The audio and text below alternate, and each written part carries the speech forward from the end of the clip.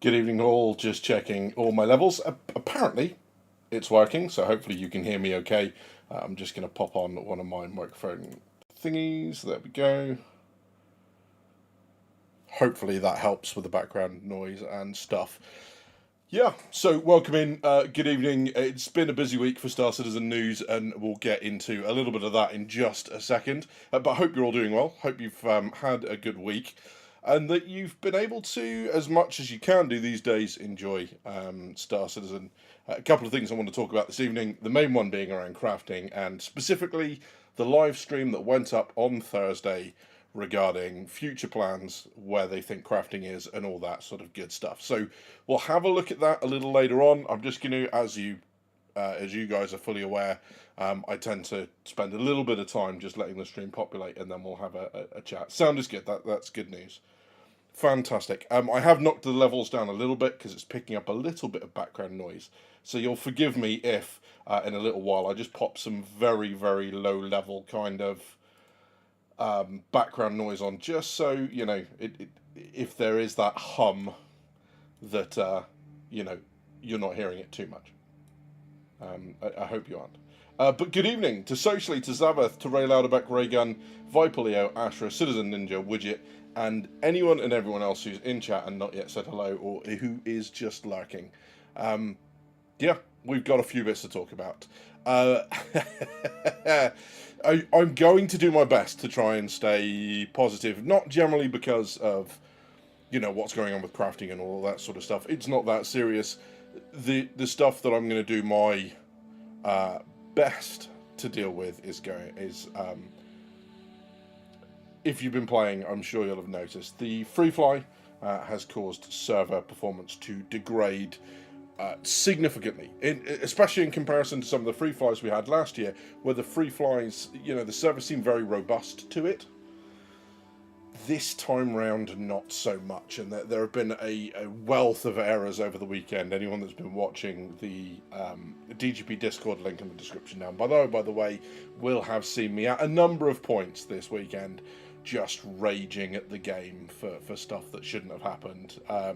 From unkillable NPCs to ridiculous bugs to, spending a good couple of hours collecting harvestables for the Rayari kind of collection hand-ins, and then all of a sudden that container just disappearing.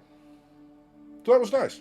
I enjoyed that. There's nothing gamers enjoy more than spending a couple of hours and then, for no fault of their own whatsoever, having a 2SU container full of the stuff just... So I'm going to do my best to stay as positive as I can, but no promises, because it's frustrating, and I know we've all experienced similar things. I'm with you guys. I know I'm not saying anything groundbreaking. We've all experienced the game in that state. We've all raged at it. It doesn't mean we suddenly think it's going to fail or whatever, but it is very easy to see why people get absolutely knocked off at that sort of stuff and then just decide to, shout at it for a bit. Space Ogre, Jim, welcome in. Good to see you. I avoid the game when there's a free fly socially because I want to have fun. Yes, that. A lot of that. We've also got a little bit of the kind of drama that's going around at the moment. I'm going to give you my take on that. Not because you asked, because you didn't, but I'm going to tell you anyway. We'll have a look at that and where I think that maybe some of the blowback is justified and where maybe people just need to calm down a little bit. So yeah, we'll have a look. I'd say the first thing we'll do, because it's the first thing we can do every single time, is we will have a look at where they are with funding. So let's jump across and take a look. Was in the game for 10 minutes looking at my whole B, and that's it so far, says Marcus. First of all, welcome in, Marcus. Yeah, what do you think? Whole B? Good? Bad? Indifferent? What are your thoughts? Yeah, so this is where they are at the moment. They've had a good couple of months. It looks like basically they've been around the kind of 8-9 million mark per month, every month this year, which is healthy. I'm guessing. I'm assuming that's kind of roughly where they need to be. And the reason I've got it on month here is because what's really interesting for last year, looking at IEE, was around the 32 million mark, which, if you add that in here, we could very well, by the end of ILW, be almost on top of the 1 billion mark, especially with the battlecruiser concept coming. That's not going to be cheap. I've seen a lot of guesses around 5k, which I don't think is completely ridiculous. So, it's going to be bigger than the Javelin. They've already said it's going to be bigger than the Javelin. Yeah, it's going to be interesting. And I have in the works, I've got 2 videos that I'm working on at the minute. The battlecruiser is one of them. So keep an eye on that, and we'll get there in just a second. Marcus says, about the Hull B, satisfied with what I got, with my package price was well worth waiting for it. Socially says, Hull B is a good ship, it makes me excited for upcoming haulers. And Ray says, Hull B is good, but I would like the antennas from the Hull. Bzzz. Yeah. Fair enough. But yes, Hull B, not a bad looking ship at all. So that's where we are with this. And then what's really interesting is when you go onto the funding tracker from Tableau and you look at it versus other years. Last year was a bumper year by a significant amount. It was basically 48 mil higher than any other, 38 mil higher than any other year previously. And we are looking on track at the moment to beat that this year. We were a little bit ahead in January, which is this bit down here. Then into February, more ahead. March ahead, pulling ahead again, slightly more. And we're only, halfway through this month now? Maybe 2/3 through this month. And we're now a significant jump ahead of April. And then next month, we've got the battlecruiser, we've got the ironclads, both of them. All that stuff is coming. Although I feel like a lot of people will have got the ironclads if they wanted it. So maybe there's that. Although there might be a lot of people who are sat on the fence, like so many of their ships recently. And the Aurora is a really good example of this. And I think the Hull B, maybe to a lesser extent for some people, was whatever. And then they see it and then go, I like that. And then they end up buying it. So it might be that the ironclad ends up being like that for a couple of people as well. So that's where we are with this. Okay. I guess. This one I just brought up because of the free fly. So, yeah. It's kind of hard sometimes from my perspective. Because what's the best way to put this? What's the best way to put this? Is sometimes you can have one moment where you feel like telling other people that you are maybe upset or angry at the game, at the pace of development or whatever. And sometimes that people then see that as, oh my God, this is your new direction, or you've become negative about the whole thing. And it's really hard. It's doubly hard because I said, when the improvements happened, I said, hey, we've all just got to brace ourselves, right?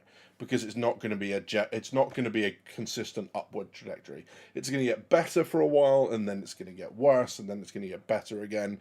And that's exactly what's happened. And sometimes it makes it a little bit hard to just sit there and have a whinge about something you think that you are justified to whinge at.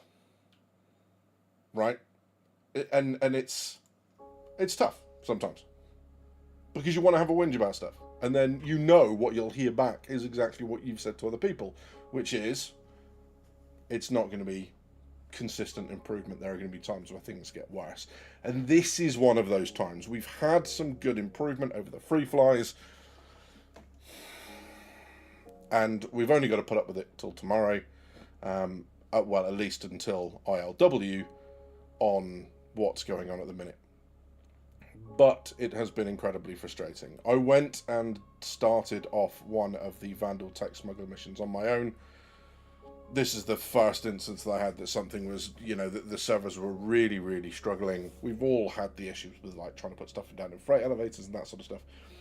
But we had an unkillable NPC that was firing at me. I waited till he reloaded. I popped up. I had a full mag FS9.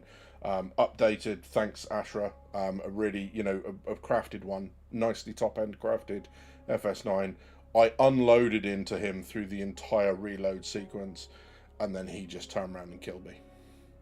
Which, when you're aware that something like a tech smuggler's mission is really hard to do solo, I tried to do it anyway, and then ended up, to die to it, not because you're too optimistic or anything, but because the fucking NPC won't die and just face tanks an entire mag of FS9 ammo. Alright, it wasn't an entire mag, the reload animation's not that long, but you get my point, right? He should have been dead a number of times over. And then of course, with the lag, going into cover, I actually had time to pull my med gun out and aim it at myself before I actually died, because I was down behind a crate, but the lag and the hit registry was kicked in at that point. So that's kind of really annoying. Hey Blam, welcome in, good to see you. So yeah, there's that.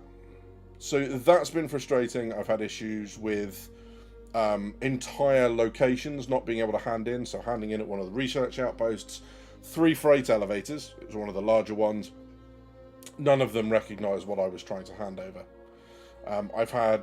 I got out of a ship, or I went to the door of a ship that was taking off. There was a ship with some high-value cargo. It's the Golden something or other, beginning with M. It was basically, there was a blown-in-half Cutty Black at one of the research outposts, and it was stuck up like that. So the open half was up here. I couldn't get the door open, so I just flew my Aurora around, and there are about 3-4 SU crates of this stuff. They're like 70k each. So I was like, hey, free money.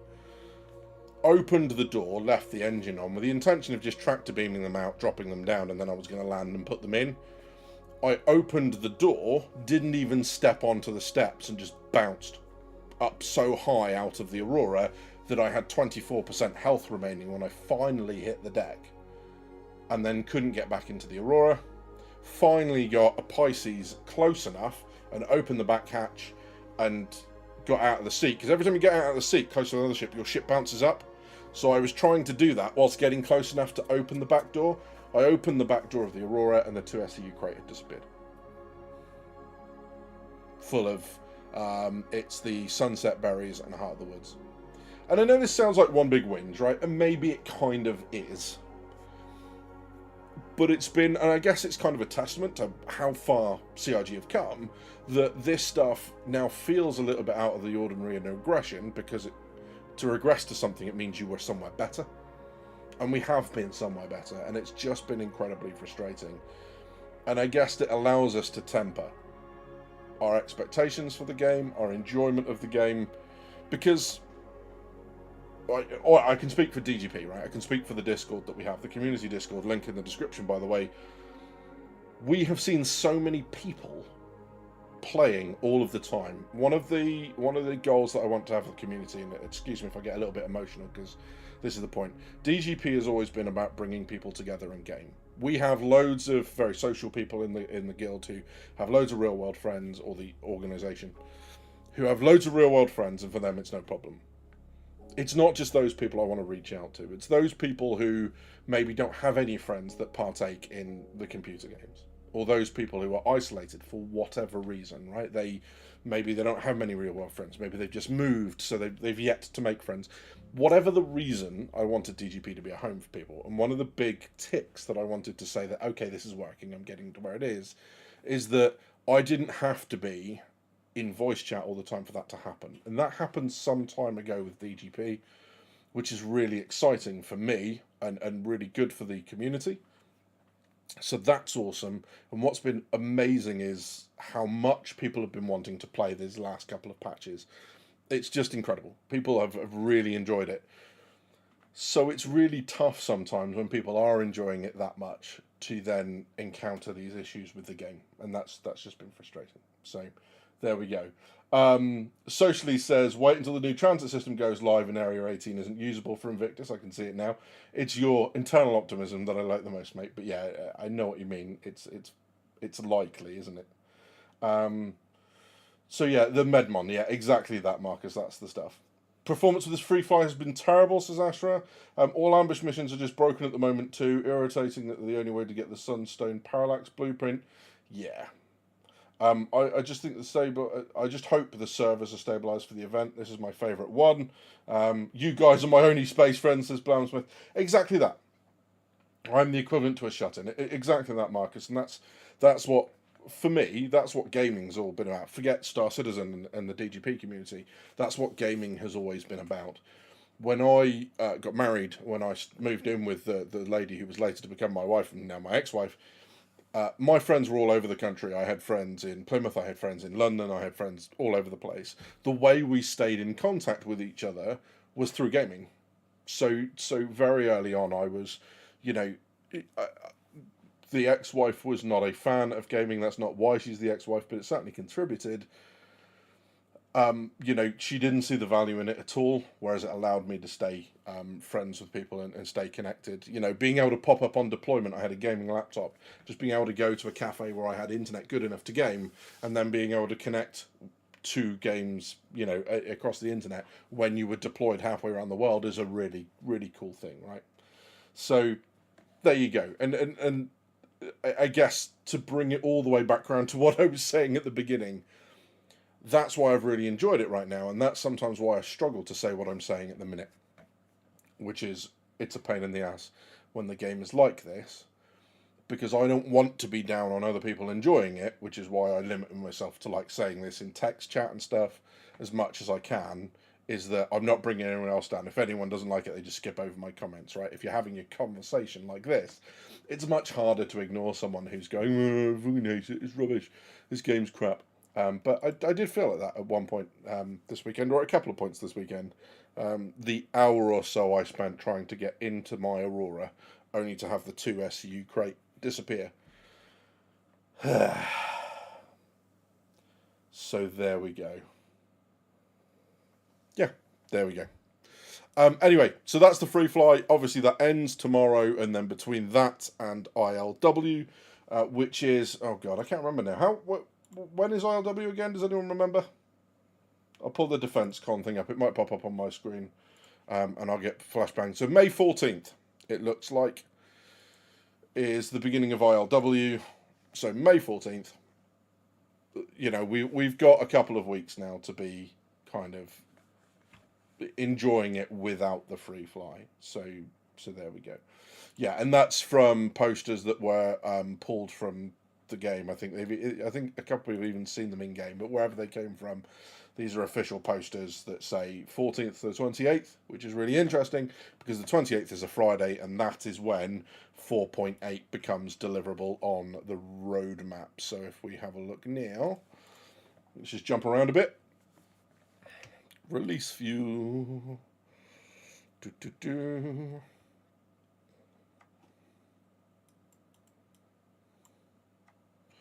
So yeah. So 4.8 then bringing hairstyles, great. Transport system, and that we've seen on the tech preview a little bit as well.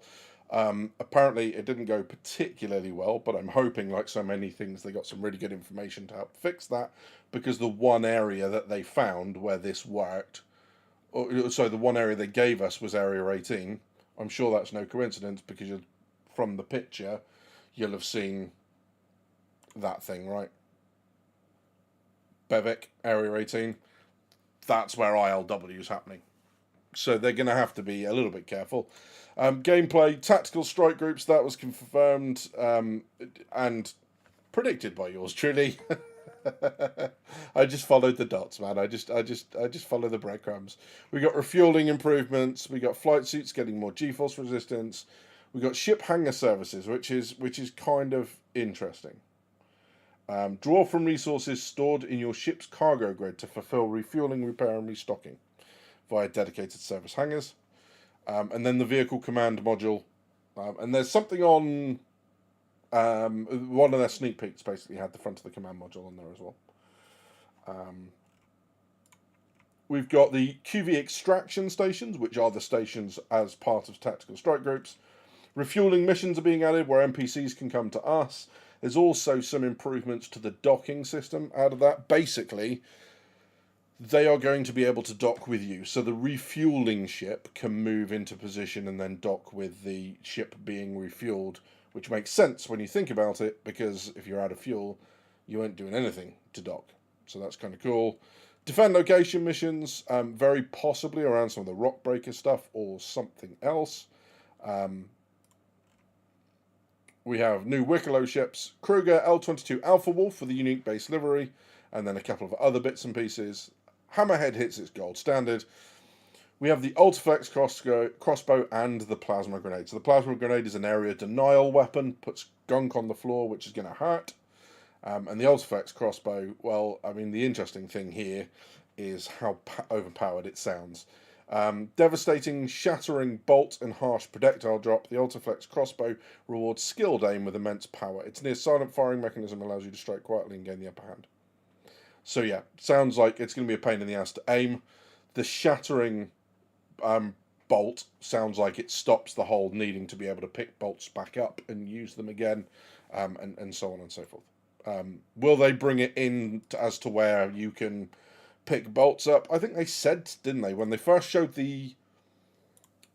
when they first talked about it, they talked about being able to pick up bolts, maybe, but it doesn't look like that's coming in with the first one. Dave Wills, welcome in. Have no interest in crafting, base building, done that in Squadron, Starfield and Ark. Don't want to repeat myself and root out all aspects of grind. Actually have no loot whatsoever. Yeah, we'll come on to so I wanted to give the stream a little while just to populate, and then we'll have a chat about that. I am coming to it, I promise. New ship coming for refueling, they said. Yeah, they said hangars, didn't they, potentially? That there will be other ships for hangars, which they'll talk about later. But it will be the Polaris and the Idris right off the bat. Whether that means that there are ships like the Carrack, and you'll be able to do that with the Carrack's hangar, is unknown. Does that extend to, can the Andromeda do that with the Snubcraft? Once the Snubcraft's docked, can that repair, rearm and refuel in the back? We just don't know. Sounds like the Ironclad Assault will be able to do it as well, which will be good. But there we go. So she says tactical strike groups look cool. I kind of want to join that, and I don't like combat. Flying a trench run was a dream I had as a child. Yeah, absolutely. They were talking about a new ship to do refueling. Where was that? If that's in their crafting and stuff video, we've got that up. I'm not sure whether I want to just kind of snatch on bits of that, or whether we watch the whole thing as like a react, because it's a long old video anyway. Maybe we just skip to the crafting bits. But I've got some observations I want to talk about, and also some of the things that they've kind of mentioned in terms of the direction that they want crafting to go in, that I'm not convinced on. So there we go. Okay, last stop on this freight train then, before we get to the crafting, is this.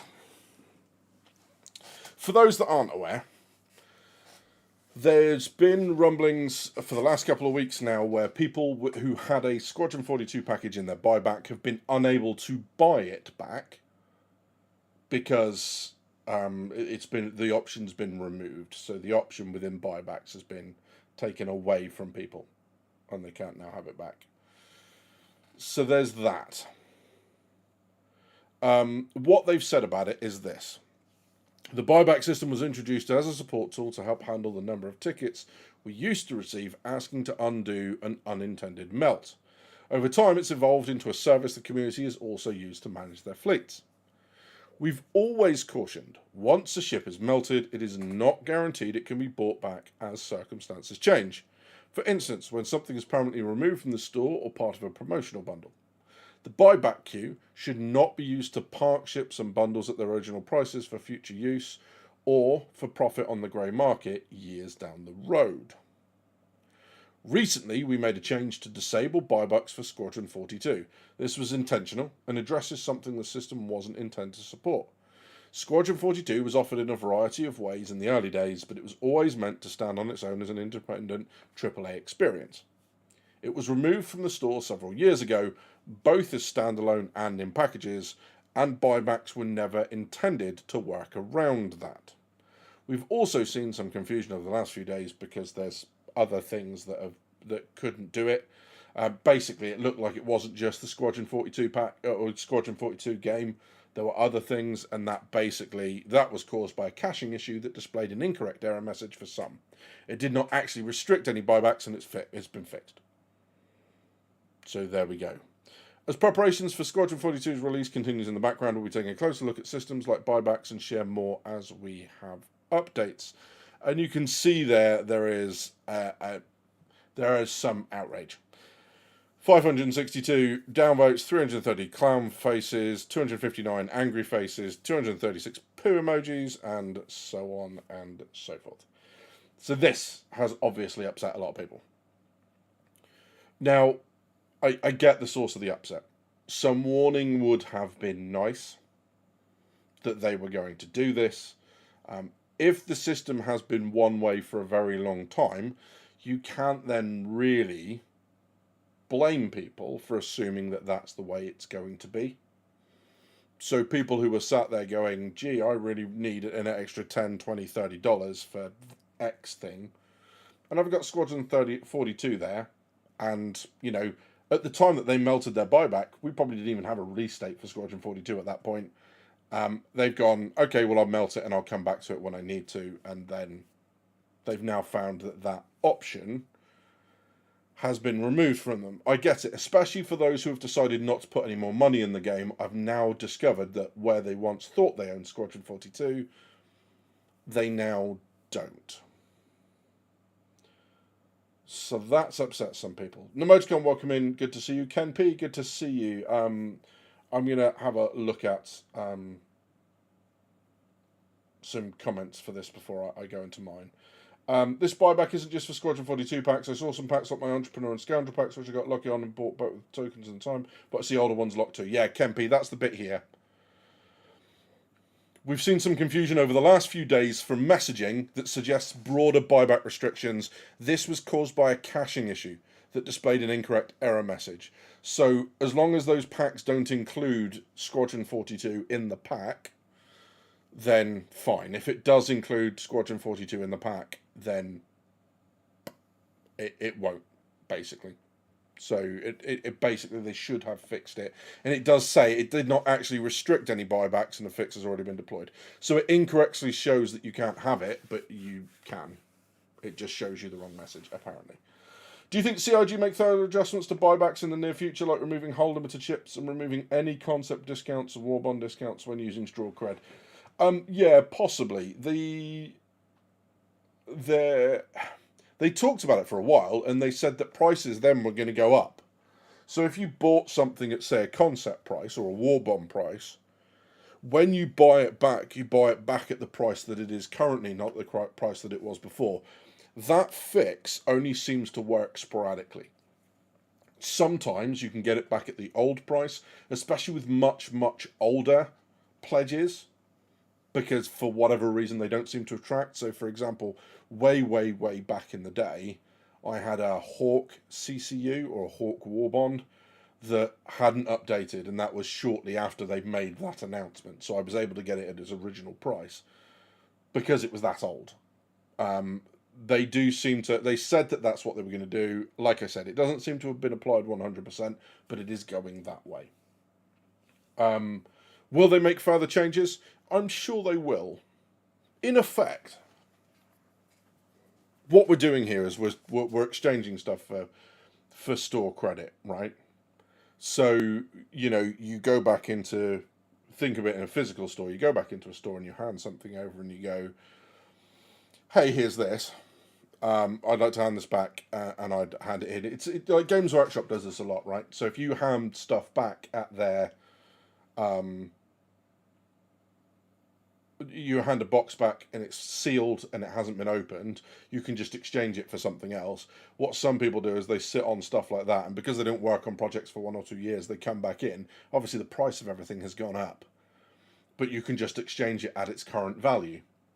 Well, that's not really what was intended. The other thing that people do is they'll go to stores where they're getting rid of really old stock, and they'll sell it at a discount. So not Games Workshop stores, independents, where they stock independent stuff.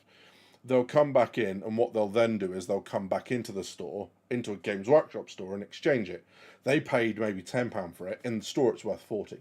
Clearly, that's not how the system is designed to work. It's goodwill on Games Workshop's part that they don't request a receipt, and I think they do now because they kind of got wise to it. I don't think, whilst just because that's what commercial companies do, that's not necessarily a justification to do it themselves, but I can kind of see why they are doing it. I'm not defending them for it, but it's not like they're the only company that go, hey, if you exchange something back to us, I'm not required to give that thing that you exchanged 2 years ago for store credit. I'm not required to make it available to you at the price that you gave it back to me back then, because everything's gone up in price right now. Right?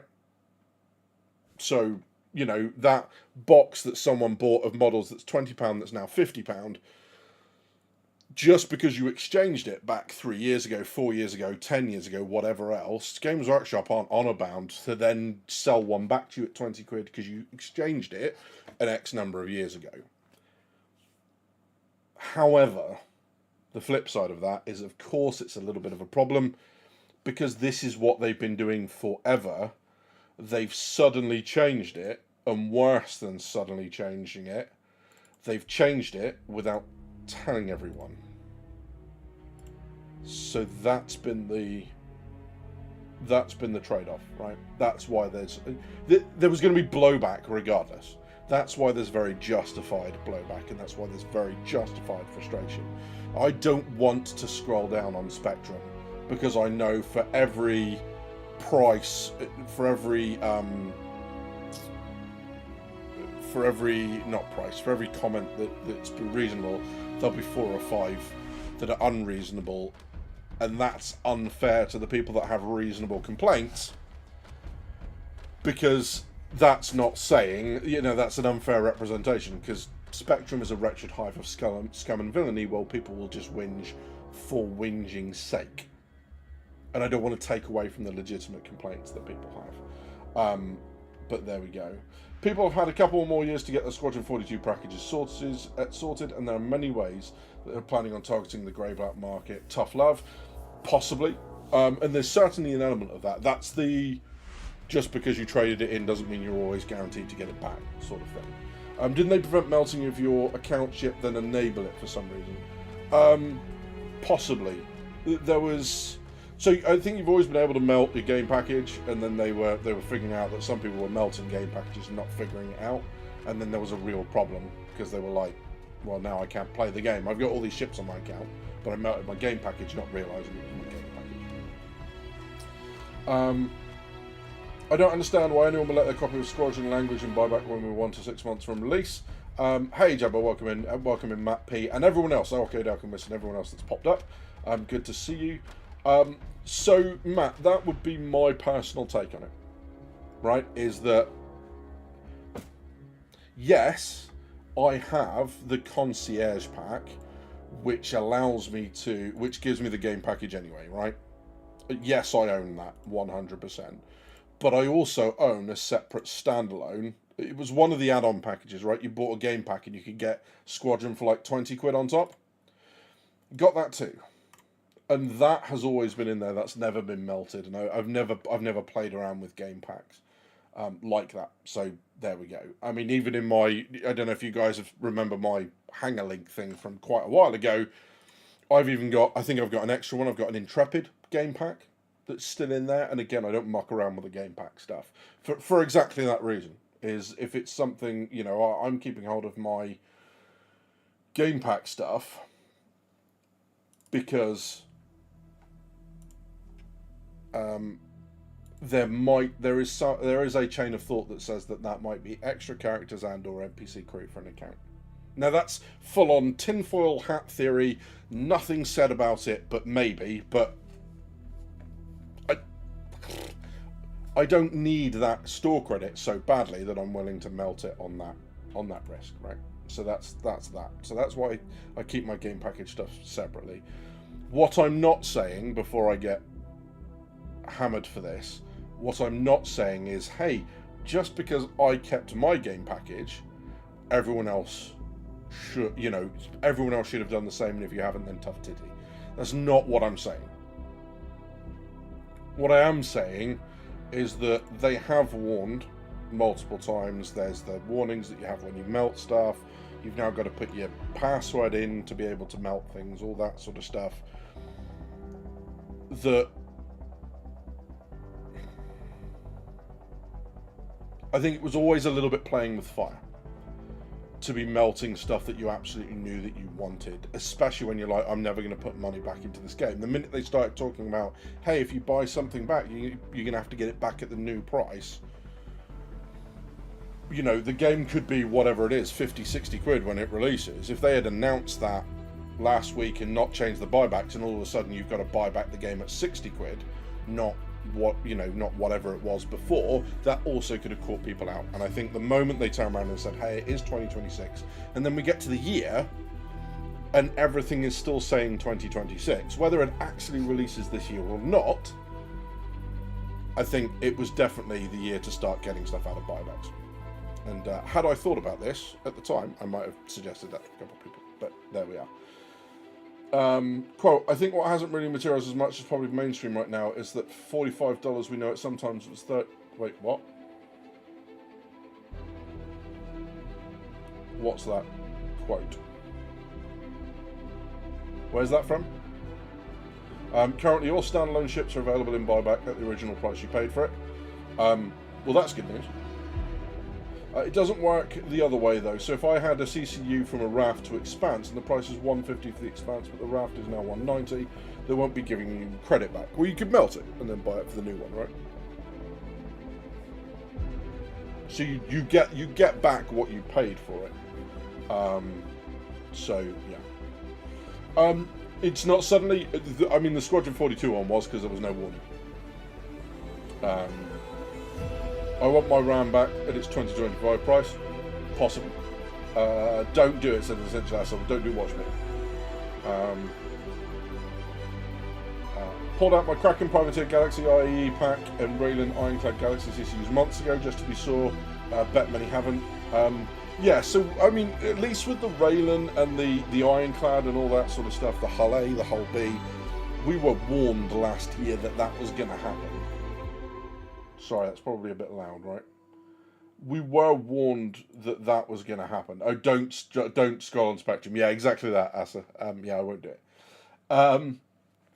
So we were warned that hey, this is the last chance you get to these ships at this price, and that worked. So you know, if they're going to do it for some things, I think that's it. It's like if they were just like, hey, you know, potluck, you take your licks where you get them. That's fine. To warn people about, hey, this is the last chance you've got to do this, so get in there before you can, and then not bother with other things. I think people would be. There would be less valid criticism if you just had a consistent approach, and that clearly isn't in at the moment. So there we go. I upgraded my Aurora to a Prospector from my first game pack, said Jabba. Yep, absolutely. My first Aurora package was $40 and had Squadron 42 along with it, maps, soundtracks, etc. Yeah, that. I'm taking this as the warning. I've started finalising my fleet. I'm expecting some price hikes in future too. Yeah. And I think this is where I played around for a little while. I had some cash left at the end of a month, so I ended up putting, I think, a couple $100 into the game where I just ended up going, well, you know, I'm going to get myself a Rover because I can put one in my Connie and have a go driving it around and have that experience. And then it became a, you know, and then I got myself an Apoa Nox Q, and then I got a this, and then I got a that. And then I kept melting and changing around. And that's all well and good and fine. I think what I wanted to do was lock in what I wanted at the price that it was at. So that's why I've got this CCU chain that goes through the Vulcan to the medevac. Now, I don't want the medevac at the moment. I really don't. But I don't know what I want to do with it, so I'm not going to make any rash decisions on it. I have, at the moment, the Connie Taurus. I have the C1 Spirit. I have the Hermes, which are all occupying a similar space in terms of, you know, kind of cargo hauling. Now, the Hermes and the Connie Taurus are definitely in the same space.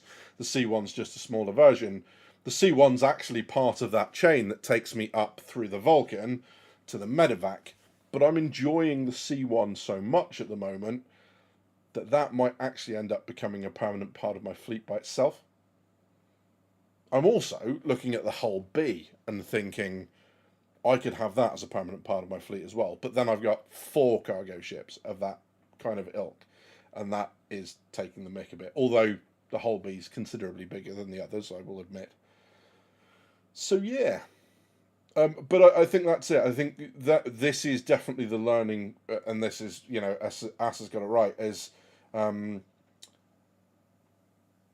this is the warning shot now. The stuff that you don't want to lose, don't muck around with it. It's that sort of stuff. You know, don't hang your mobile phone out the window while you're driving unless you're prepared to lose it. Same. Don't muck around with CCUs unless you're at least expecting to be able to have to pay a little bit more to get it back. Given what's happened at the moment, I don't think that's an unreasonable warning to give people. Viper Leo says, I'm glad I got Squadron 42 attached to being concierge when it was available.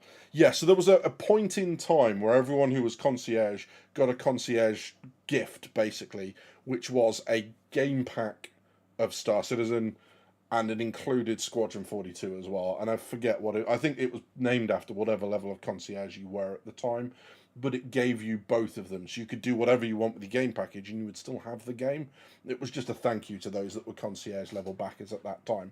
Forget what it's called, it's in there somewhere. So I am kind of immune and hiding behind that.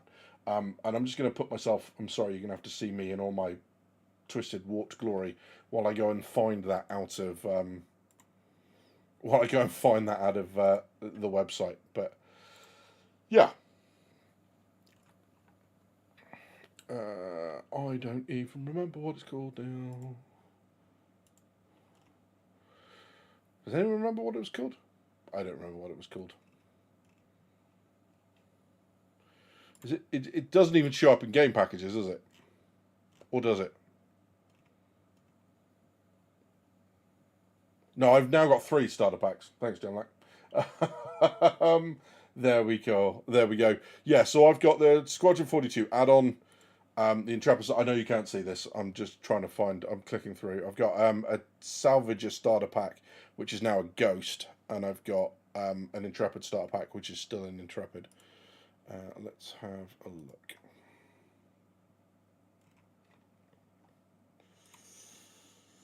Yeah, I can't for the love of me remember what it was called.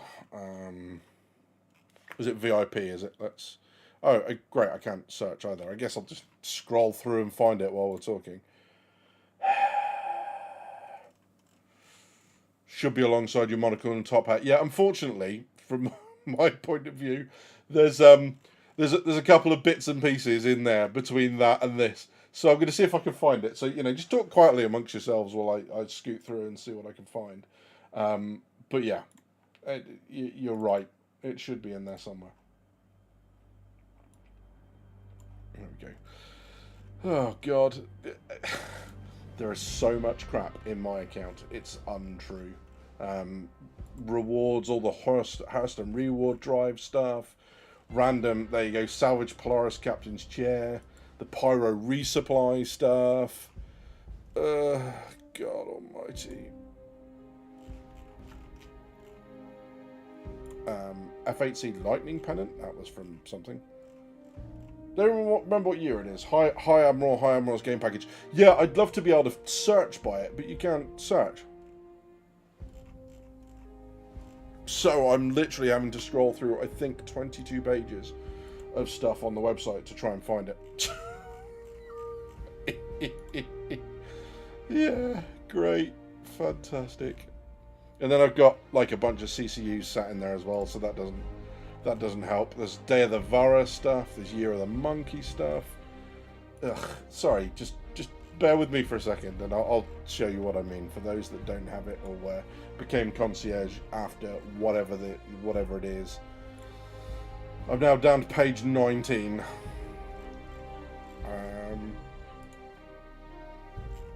I should just search from the back, shouldn't I? Really?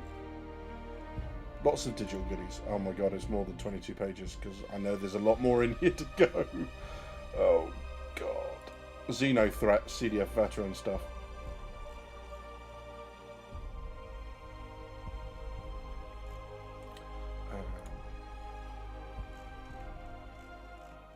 Is it attached to the date that you became a concierge? VIP High Admiral. There you go. There you go. That's where it is. Yeah. Okay. So, jump across quickly. Right. So, VIP High Admiral. You top up your monocle, your Radagast whiskey, your Arclight pistol thing. And then it has the Star Citizen digital download and the Squadron 42 digital download. So this was what was given to Concierge at that point in 2020. Right? So that's that in there somewhere. So that was outside of your game packages. So if you go to search game packages, it doesn't show up. But that's the add-on pack that I have for Squadron. So I've actually got 2 versions of it. This might end up being something that we do as a giveaway when it happens, if there's someone who hasn't got it, and maybe is in a bit of a tough spot, needs some help to be able to play it with the rest of us, or at least at the same time as the rest of us, given that it's single player. We'll give that a go. Hey, we can give that a go. So find mine on page 15. Yeah, exactly that plan.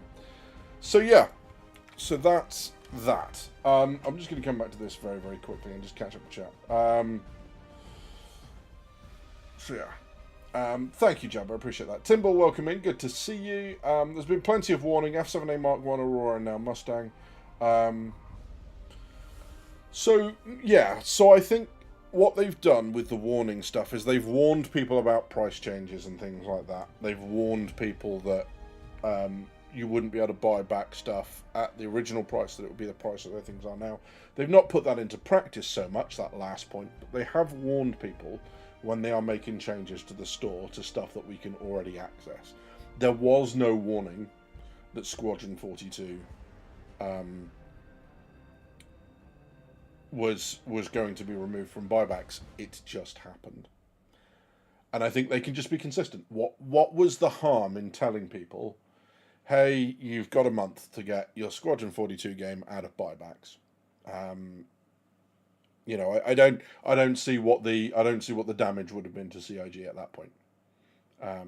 If people had pledged for it at one point, I don't see what the harm is. So, you know, I think that's something they could have done, and I don't think that would have been too hard. So she says, I finalised my fleet too after I used my remaining credits on a few modules for my Galaxy or Endeavour. Nice.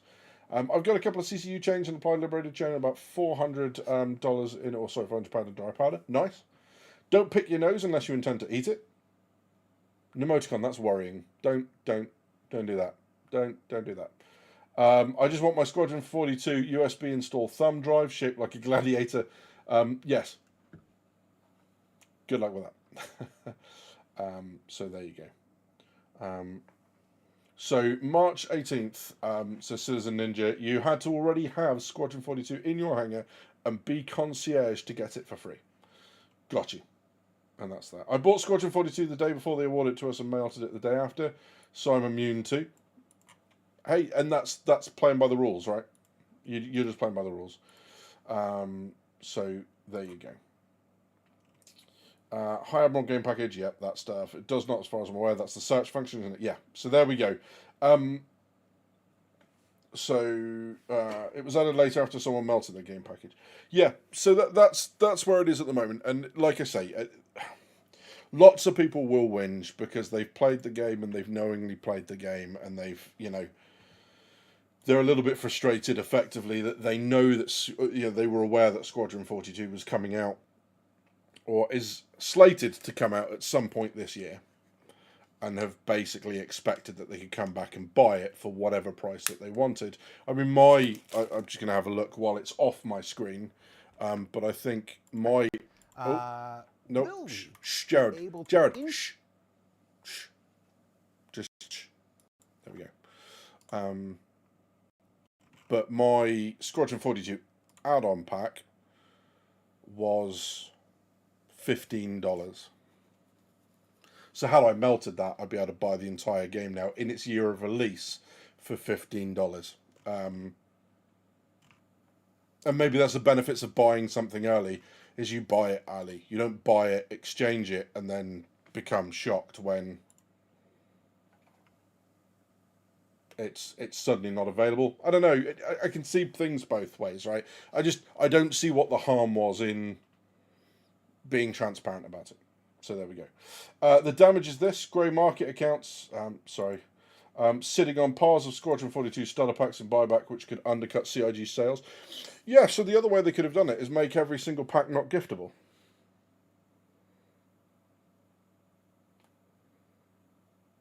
So, you know, people whine because they didn't expect Squadron 42 to come out. I mean, it's certainly indicating that things are moving that way, right? If they're making these changes towards it, they could have done it at any point since the Kickstarter finished and I'm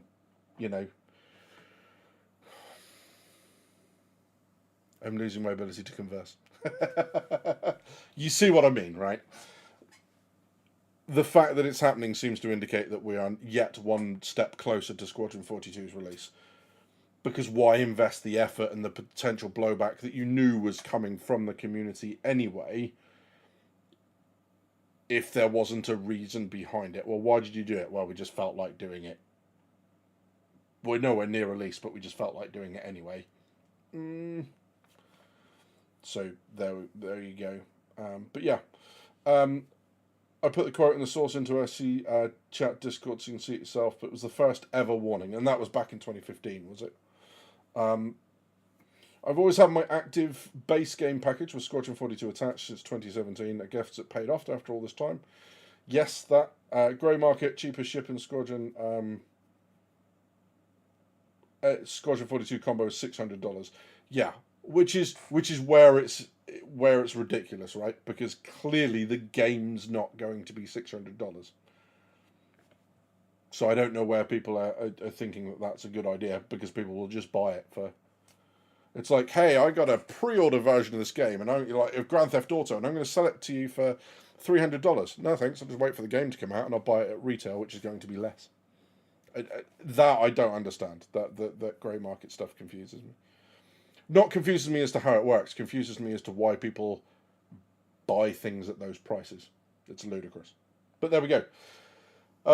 Timble says, I've been here since Kickstarter. What's extremely annoying is they promised to give us advance notice and then didn't give me more of an incentive not to trust their word anymore. I don't see what the harm is to them. Right? I think we're getting official pre-orders at IEE with the higher price. It's definitely going up in price. I mean, they said something like 35 to 40 hours of a single-player campaign. That's a big old game. Right, there's a fun comment in one of the shorts going, yeah, I'm going to complete this game that I waited 15 years for in a weekend. It's like, not unless you don't sleep. Not unless you don't sleep. So, yeah, that's going to be interesting. All the drama over saving 15 to 30 is a bit much. Yeah, I think the money is probably a little bit less of an issue. Look, I'm doing my best to see this from the other side. And the other point of view. Like I said, I got an extra version of Squadron 42 with that VIP thing, with the concierge thing. None of that, even if I wasn't concierge, that add-on package that was $15 on top of the game package, it stayed in my account the whole time. And that's because I didn't want to muck around with it. It's the game. I bought the game. I own the game. I own the game at an exceptionally cheap price, $15. Why would I ever muck around with that? And that's kind of where that came from. So yeah, making it non-giftable would have been a better option. Yeah, that. Widget says, I'm not saying it could have been handled better, but on the other hand, what other company allows you to pay once and constantly shuffle what payment is for? That. Yeah. Because it's not just about, waiting to apply stuff. You can apply it and still get all the money back later. In other words, you can buy a product, use it for as much as you want, melt it, get the money back that you paid for, not the value of the whole ship, but you'll get the money back that you paid to do something else with. If you bring a product home and use it a bunch, trying to take it back and exchange it, I'm sure we've all got stories of times we managed to pull that off, but companies, funnily enough, don't go for that sort of thing. So I think part of this is proof, unfortunately, that no matter what you do and no matter how accommodating you are to people, It's not, people don't go, hey, this is far more accommodating than anyone else, this is great. When you take something away from them, all they see is that something's been taken away. Which is a little bit toddlerish sometimes. But like I said, again, what was the harm to CIG in warning people? I don't think that's what that is. That seems for a company that's on track to have yet another record year,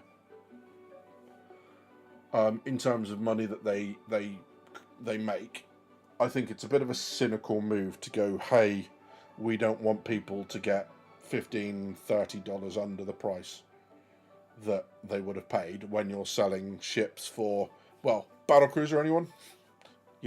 For ridiculous money. So I do think it is a little bit cynical on their part. And I guess that's kind of what I'm getting at with all of this, is that it's not one and it's not the other, it's both. Yeah, it was cynical of them, and they could have communicated better, but at the same time, this is just a really good warning to everyone that it's not up to anyone else to make sure you get what you want. The only person that has control of you getting what you want and having access to what you want at the price that you want is you.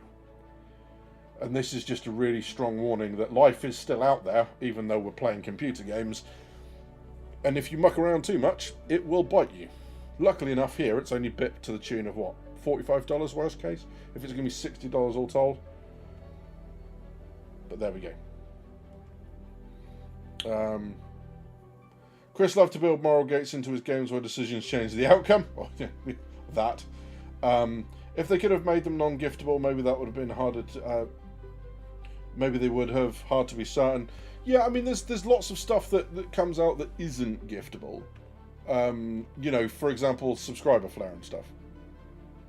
So you can melt stuff, but not giftable. They can also make stuff not giftable when you buy it with store credit. So I don't believe that would have been an issue for them. New management? I don't think so.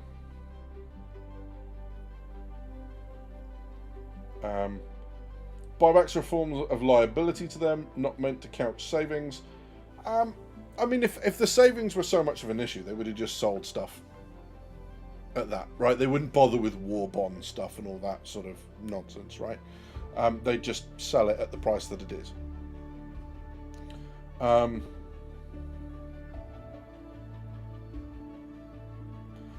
Right.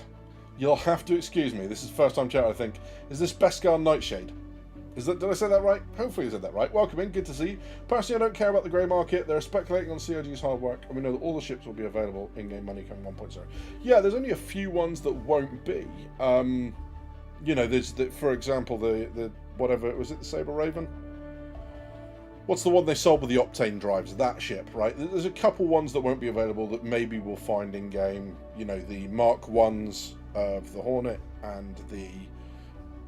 Aurora. Once the Auroras goes off sale, the Mark 1s that are already owned will stay, but the rest of them will, and they'll be found in game. So there we go. Hey, I got it right. Good news. But there we go. So yeah, there's all that sort of stuff. It does feel like a bad faith move, even though we were warned. Yeah, I mean, I think that's where I've kind of got to draw the line a little bit, Jabber. Is if we were warned, there's that, right? If you're warned, right? Sometimes people have got to take kind of accountability. If you're warned and then don't do it, well, there's only one person that we can blame there. Maybe that's what some people, not yourself, but that's what some people don't like about it, is that it's the frustration that they had the warning and they didn't do anything about it. But that warning has to exist. So yeah, so the AMD Mustang and the Saber Raven, yeah, exactly that. Buyback discounts have been limited. A couple of years ago, CCU discounts and buybacks changed. They need room to change. Yeah. So there we go. Squadron approaching, not delaying, could be a warning. Yeah. I think, like I've said already, and this is the last thing I'm going to say on it, the fact that the buybacks are changing, there has to be a reason behind it, right? You're dedicating people in an organisation to do something that will have some form of negative blowback, right? I guess all blowback is negative, but will have some form of blowback. people don't just do that for no reason. They do that because they have to pave the way for something, or to prepare the ground for something. And I think that's what we take away from this, is Squadron 42 is one milestone closer to release, and that milestone is now they've cleared the board of people being able to go back to old, cheaper game packages. They've gone, hey, the game package has been around for, I mean, I know they took it off sale some time ago, but the game package has been around, and if you've owned it, you've had more than enough warning. You know this is the year that it's coming back in. We are now a third of the way through the year. That's the end of your chance to get it back out of buybacks. If you want it now, you're going to have to buy it with everyone else. That's where they've gone with it, right? So, and I get that. So that's where that is. Okay, so we have now, I'm going to skip across to this. We have the Q&A inventory crafting. Now, I'm going to ask a very quick poll, okay? And it's not going to make sense to anyone that doesn't see it. What I don't want to do is make anyone sit through it who has seen it already, if you don't need to, okay? Similarly, there are a lot of things in here that I think are worth picking up on, and what I don't want to do is I don't want to miss it by just skipping through to the bits that I remember. Okay, so I've asked you a quick poll. Have you seen this? And if you have, let me know. If you haven't, let me know. Is it worth us going through this again, or do we just pick up on the bits that I think we pick up on? Fully risking the fact that I might not get everything.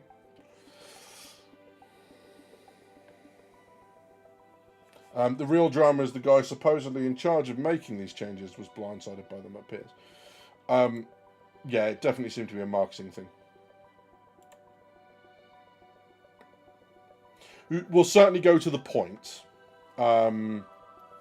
You want to just go to the points rather than reacting to the whole thing, right?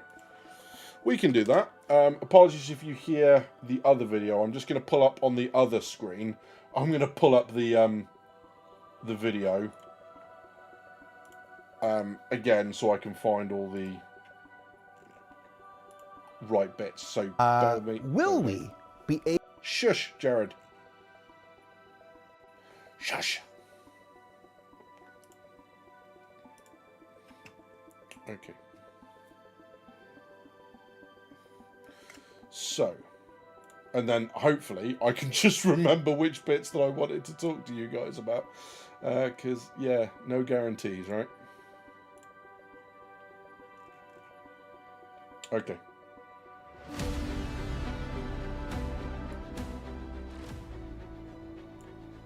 I had a lot of fun putting this music into the video about going into Pyro.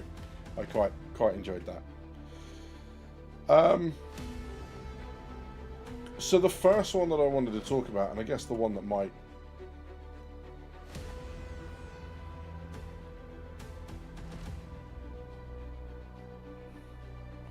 Because now I've got to be able to find the bit that I want. Sorry guys, bear with me. There we go. I think it's this question, right? So 2340.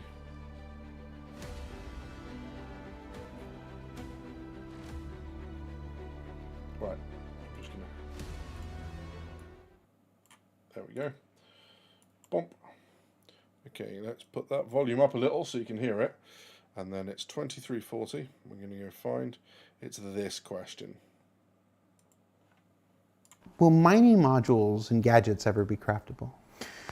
Yes, like most of the, or a lot of items that we will have, or we already have in our game, all of them will be craftable at some point, and we will make sure that most of the items, or actually every item that is craftable, actually is affected by the quality of the materials that you use for it, so that there is a meaningful reason for you actually to craft those items. And for 4.8, we are already like expanding our catalog of craftable items. So we are expanding it to ship components, and those will also be affected by the stat improvements that you get from the quality. So you will be able to craft, correct me if I'm wrong, Dick, but power plants, yeah, coolers, yeah, Life support generator? Not life support.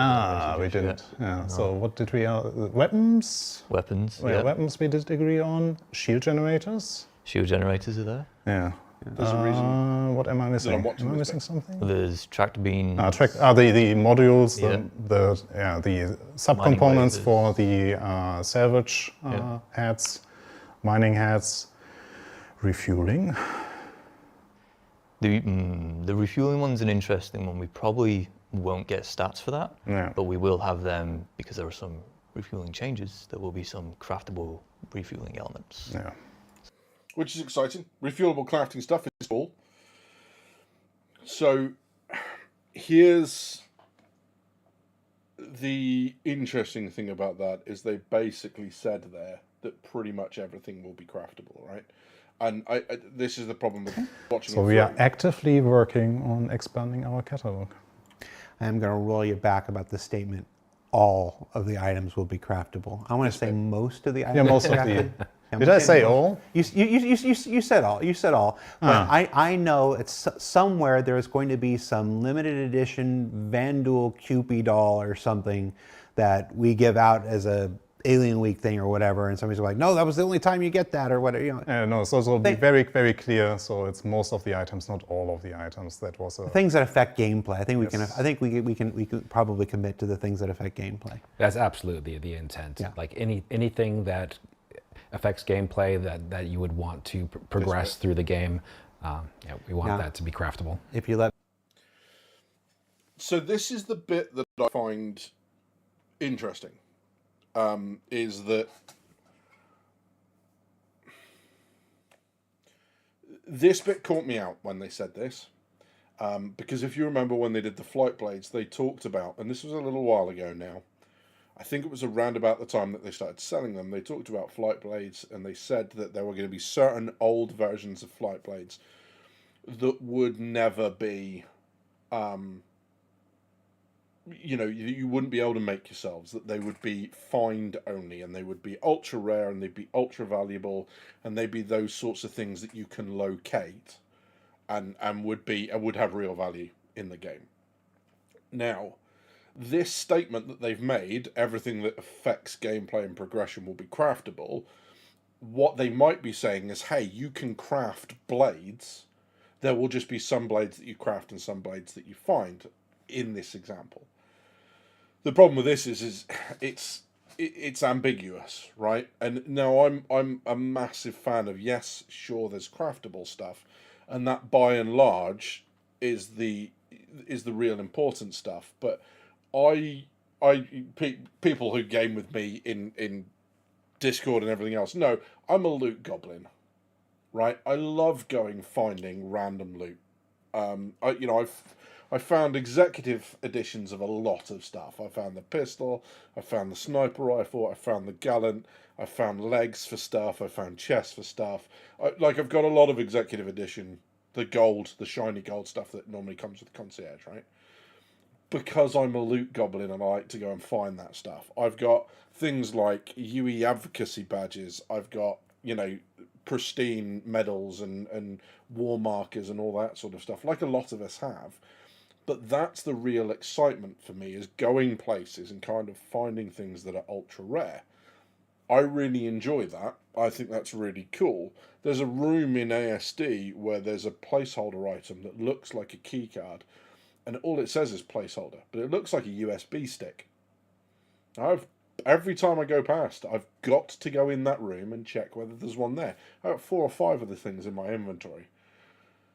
Now, that's, for me, is really exciting, because I found something, I wanted to try and figure out what it is and what does it do, and I run around with it, and sometimes I'm like, well, does this activate anything? Like, can I put this into something? Does it do something?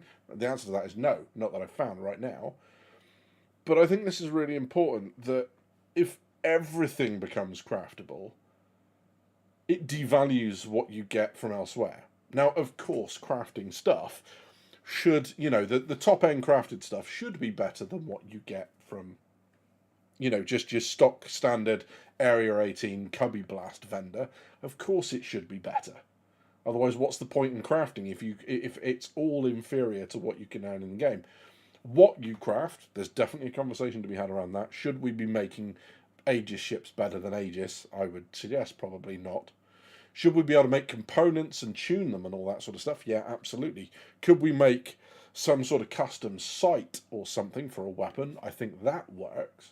But the weapons themselves, you know, I don't necessarily think that's where things should be going. But that's fine. It's in the game, and I've accepted that.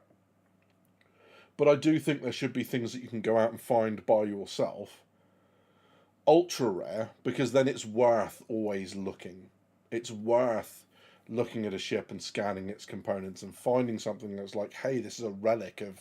Remember when they used AI in this stuff, and now this blade is like crazy intelligent and really, really good, and like you only find one, you know, one in every couple of years of gameplay, and now I've found one, and woo! You know, like legendaries out of World of Warcraft, right? The stuff that's ultra rare, and you've got to work towards getting them, but that sort of stuff. Treasure hunters then is a valid loop, right? Because you can go out and find things, and they should be mutually exclusive, right? It should be stuff that you can buy really easy to get. Then it should be the top end crafted items is better, but then every so often you find one of these things which are ultra rare, very low drop chance, which are better. But the chances that you're ever going to get enough blades to stock something, say like a hammerhead, unless you go around and offer the money for them, the chances you're going to find them are basically zero. You might find one. It's that sort of stuff that should be findable. At the moment, from the way they said this, it didn't sound like that's what they're going to try and achieve, which is frustrating. Because I don't think everything should be... Yeah, I don't think crafting should be the best of absolutely everything. I think it's... There are swings and roundabouts to this, but there we go.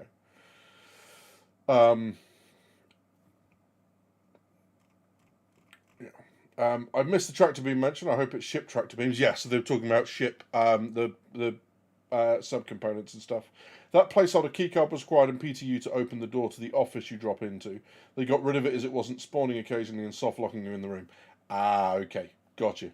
Caliban Rex, welcome in. Good to see you. Jabba says, maybe a skill for crafting specialists on specific types.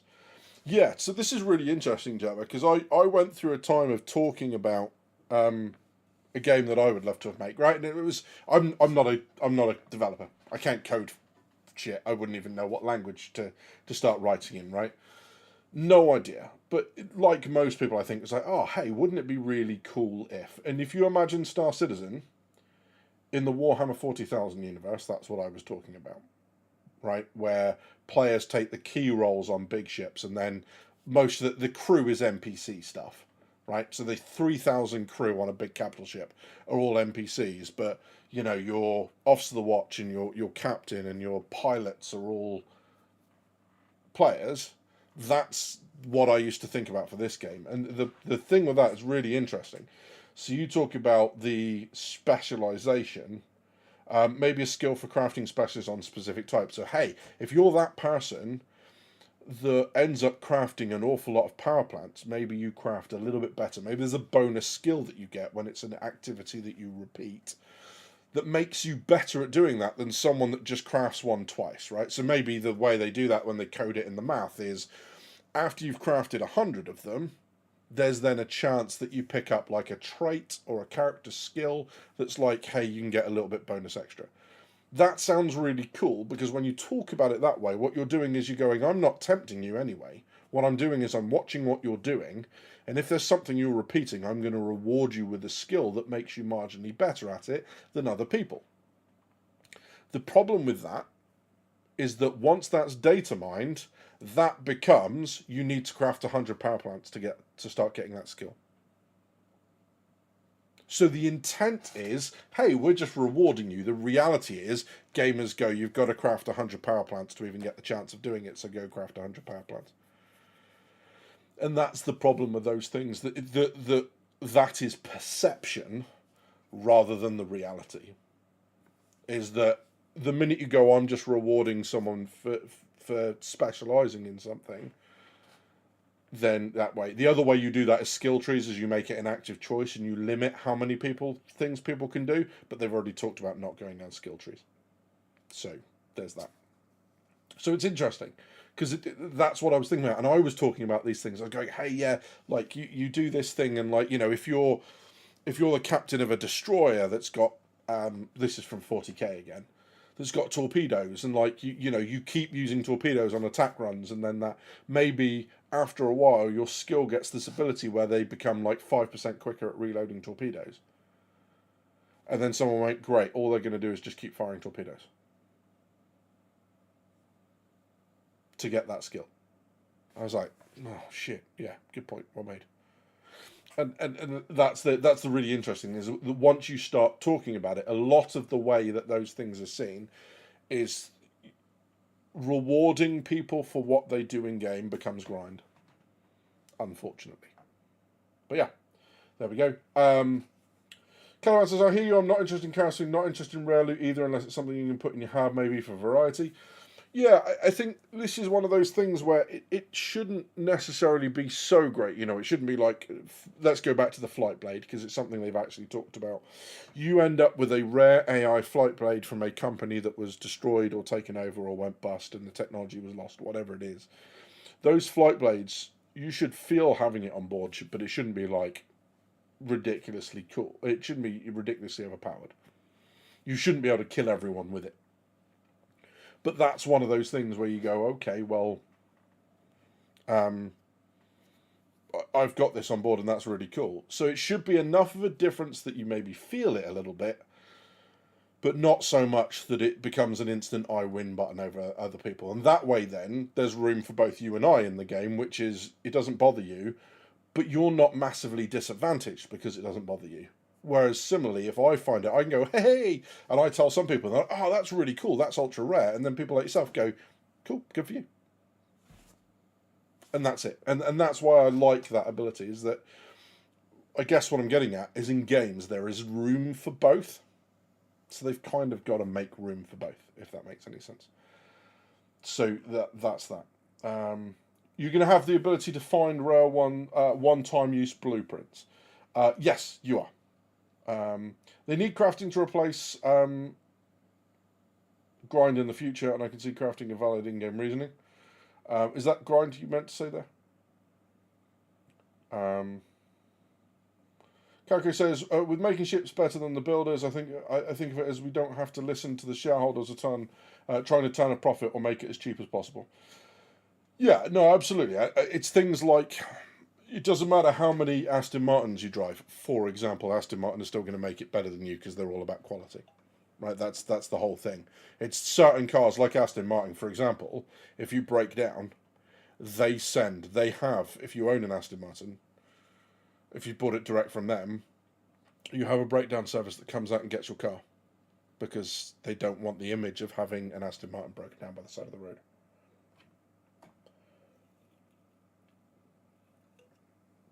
So there you go. Unlock 3 classes to unlock the Jedi slot? Absolutely not. Don't want that. Incentives are important after all. Iceworm, yeah, exactly that. SWG grinding. Yeah. Which is really interesting, right? Because there's stuff that you're really going to enjoy. So I tried Final Fantasy XIV a little while back, got dragged into that. Gameplay is dog shit, frankly. It's not good. Apologies to anyone who enjoys it. It's not my bag. However, the crafting system I really quite liked because it became a mini game in and of itself. It's probably a little bit too intricate and fiddly to describe here, but needless to say, it was far more involved than, say, crafting in World of Warcraft, but at the same time, it was nowhere near as technical as it was in Star Wars Galaxies, and I actually quite like that. From my perspective, just crafting a bunch of stuff to get my skills up and make things and, try and make things as good as I can, as well as I can, there being a system that rewards me for doing that would be awesome. The problem is people looking at exactly the same system will see that as a requirement to grind. Despite the fact no one's forcing you to do it, they will see that as the requirement. And I think that's the thing with crafting here at the moment is crafting in Star Citizen, because again, it's all of a sudden it's a meaningful gameplay loop and there's nuance to it, right?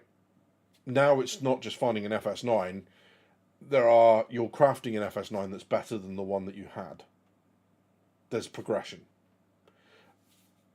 People are now seeing that as a requirement, and what I'm trying to get to people, and they kind of say this themselves, right, is this whole idea about quality is at the moment, the mindset in the game is very much that we must all have access to that.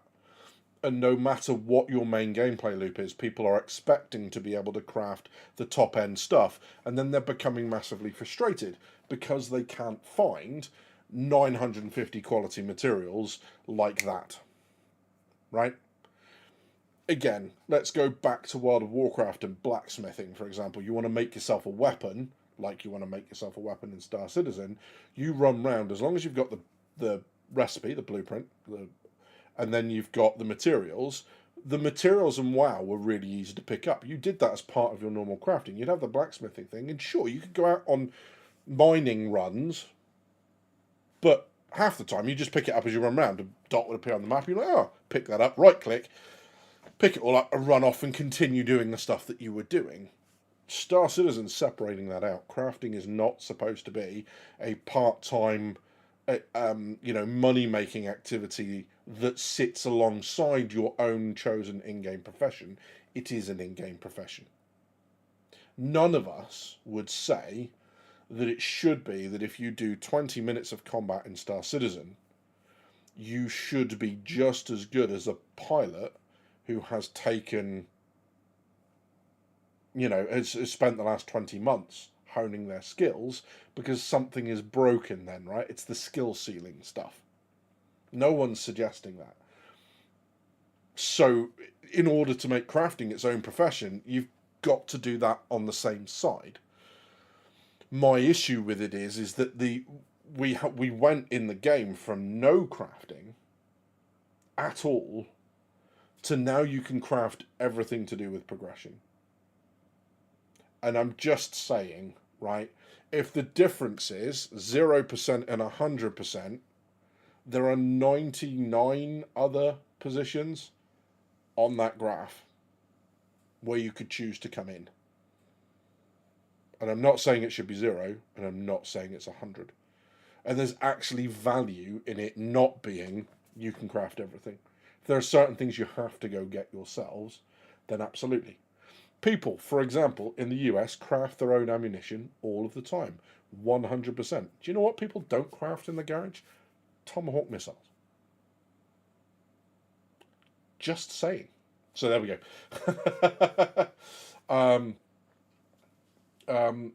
Skill shards for the Moby-Glass. Yeah, I mean, they've talked about not going down skill trees, right? And Asa says it as well. Please, no skill trees or levels. My most hated feature in a game is finding cool stuff and not being able to use it due to level. Yeah, exactly that. And I was playing Cyberpunk the other day, and like I've got a bunch of skill points left over and attribute points and that sort of stuff. All my skills are at 15, and I know that I can basically take 1 or 2 of them, I think, up to 20. And I don't know which ones to go for. I've got the female V on the Corpo playthrough, and I'm going to take one of them up to 20, but I don't know which ones. Having that choice is meaningful, but that's because there's this whole skill tree thing involved in Cyberpunk. There isn't in Star Citizen. The idea is that you can pick up anything that you want to and do it for as long as you want to. However, the longer you go, not the amount of attribute points or skill points or whatever, dictates how well you do at it. So if you are someone who dedicates, as they say in this, all your time to mining and crafting, you should be rewarded for that in game. Let's see if they've got. You convert a Pico doll into a melee weapon I can bludgeon people with, and now you got to make. I'm sure you could convince somebody.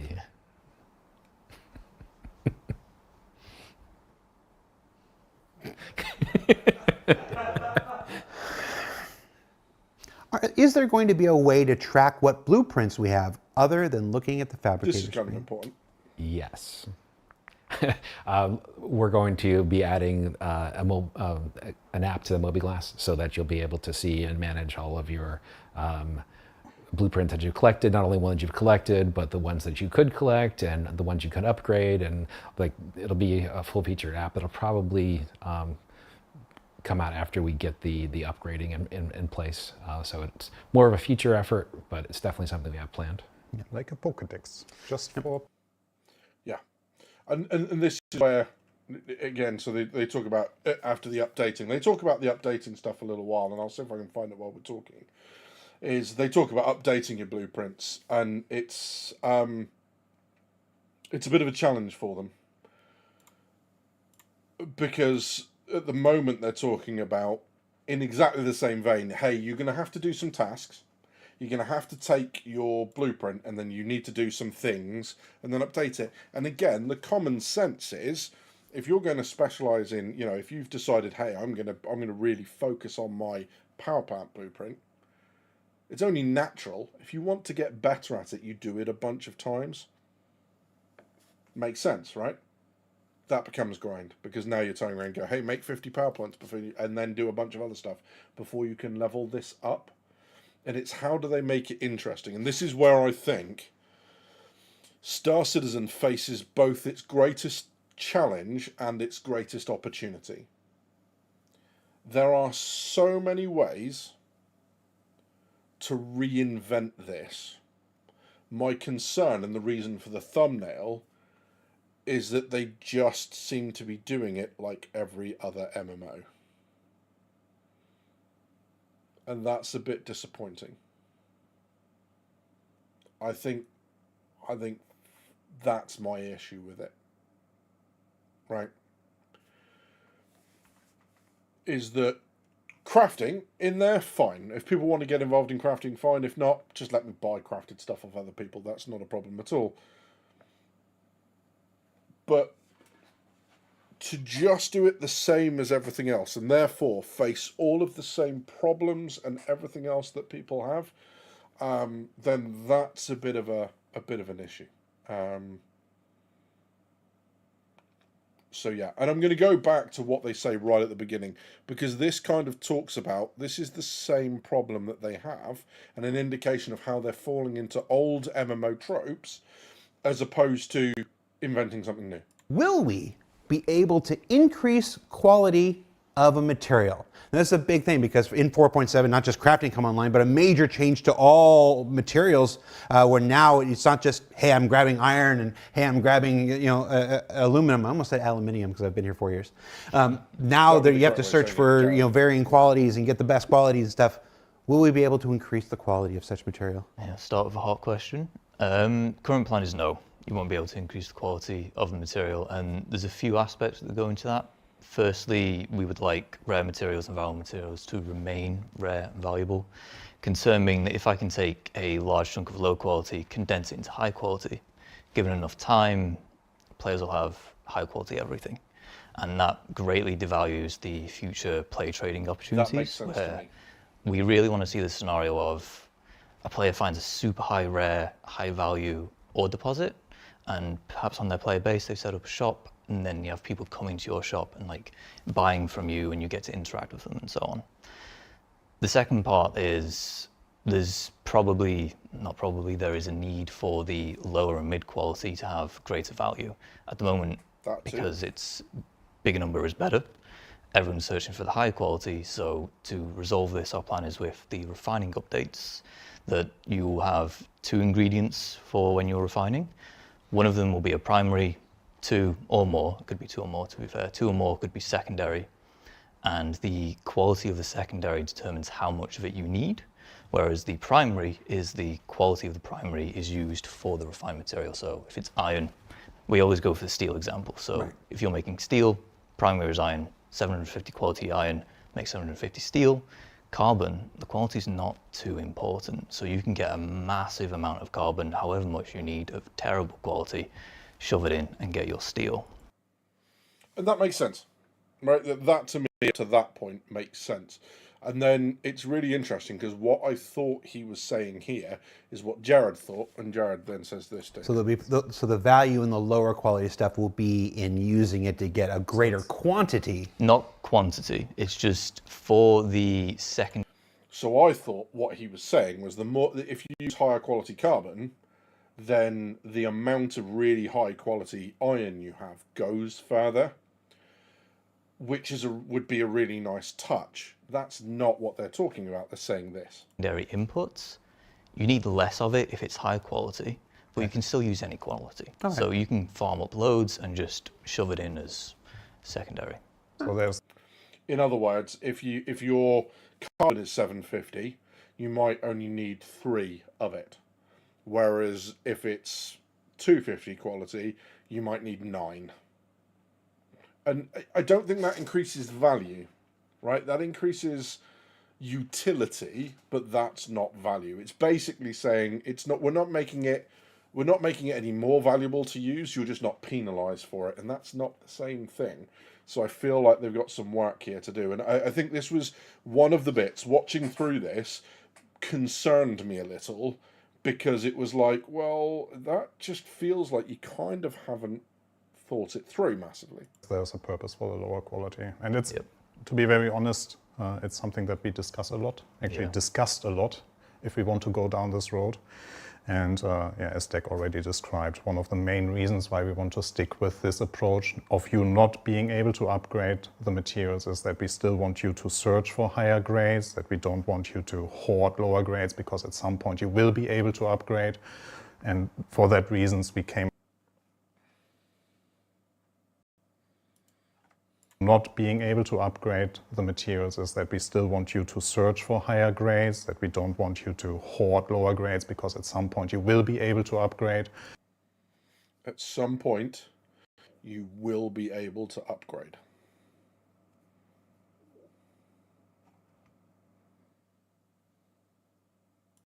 Quality. And it's, to be very honest, it's something that we discuss a lot. Actually discussed a lot if we want to go down this road. And as Deck already described, one of the main reasons why we want to stick with this approach of you not being able to upgrade the materials is that we still want you to search for higher grades, that we don't want you to hoard lower grades, because at some point you will be able to upgrade. And for that reasons, we came up with some solutions of making the lower quality actually worthwhile to holding onto them, especially then once we have the refining process in.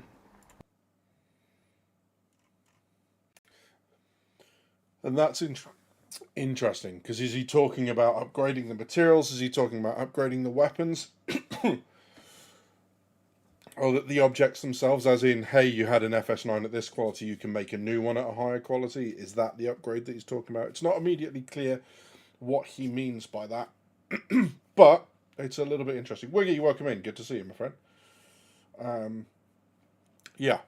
So, because I think one of the things that we are finding at the moment is that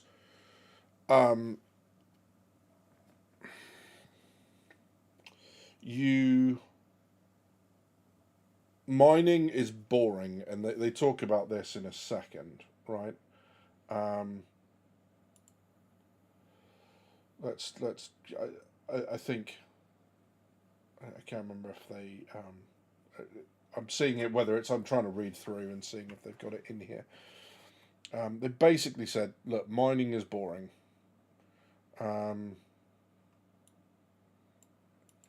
What is the, how are we going to fix that? And I think what they actually ended up saying was the time that people took to find decent materials in mining is boring. It's not necessarily that the mining itself is boring. If you enjoy it, you'll still enjoy it.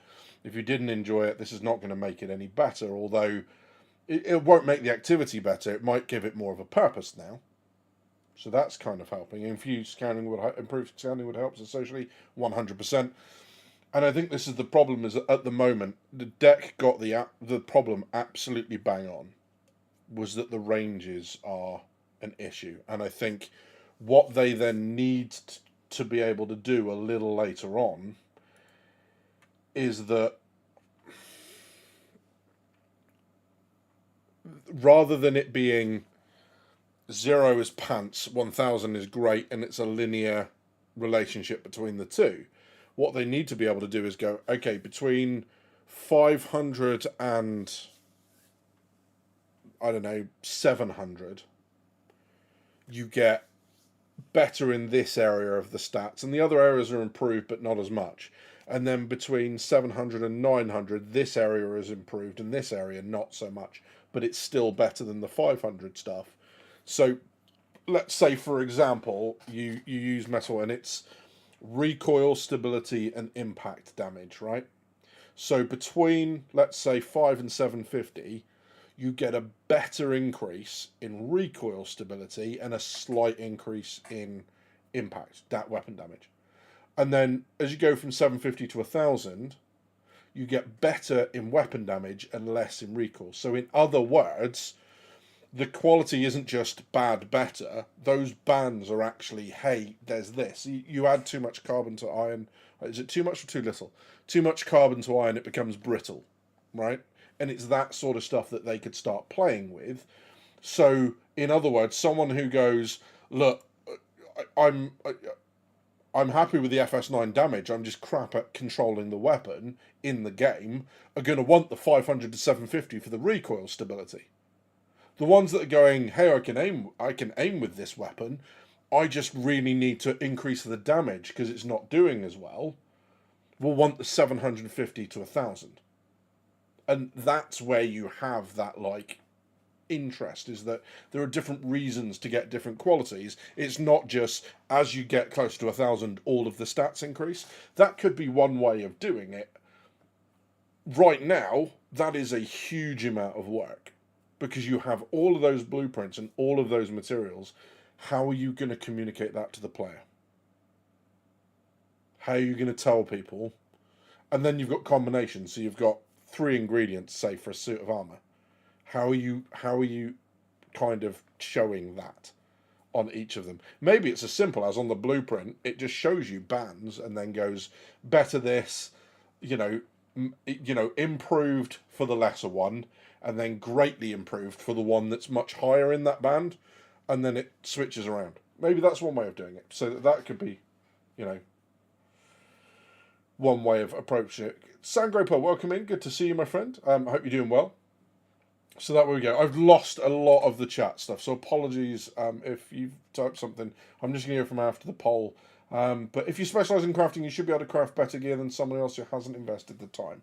Same as a miner, salvager, etc. An expert in their field should get higher, and that's the interesting thing. And I think that's what they're doing with mining, in that what they've done is they've changed the grind from, if you spend 8 hours doing this, they've then gone, hey, the amount of time you want to put into mining will generally dictate, along with how, where you mine and, how thoroughly you scan and go looking for stuff. Someone who spends 8 hours mining, by and large, knowing the locations, having done a lot of time previous to that, will know better spots to go to. They'll know locations that have higher quality materials. So generally speaking, after those 8 hours, they're going to have much higher quality materials and a lot more of them than someone who's just started mining and done it for 2 hours, because they don't know where to look. They're not sure of their loadout. They haven't gone for an optimal loadout, depending on what they're trying to mine. And I think that's what they've done. It's still grind. It's just, saying, hey, now it's not just how quickly you can get the materials together and how quickly you can mine 20 times. You can mine 20 asteroids. What we're saying to you now is skill-based. If you're a very good miner in terms of the skill controlling it, breaking rocks apart efficiently, you'll still be able to mine quickly, but not knowing where to mine, where the good materials are, those little sweet spots that a lot of miners now have, you're still going to be behind those people. But get there, you might mine quicker than the person who's been doing it for a while, just because you've got more natural skill. And I think that works. That makes professions a little bit more skill-based than, hey, to level up, mine 30 asteroids. It's like, it could take you weeks to mine those 30 asteroids, but apparently now you're better than someone who's really focused on it but hasn't done that mission yet.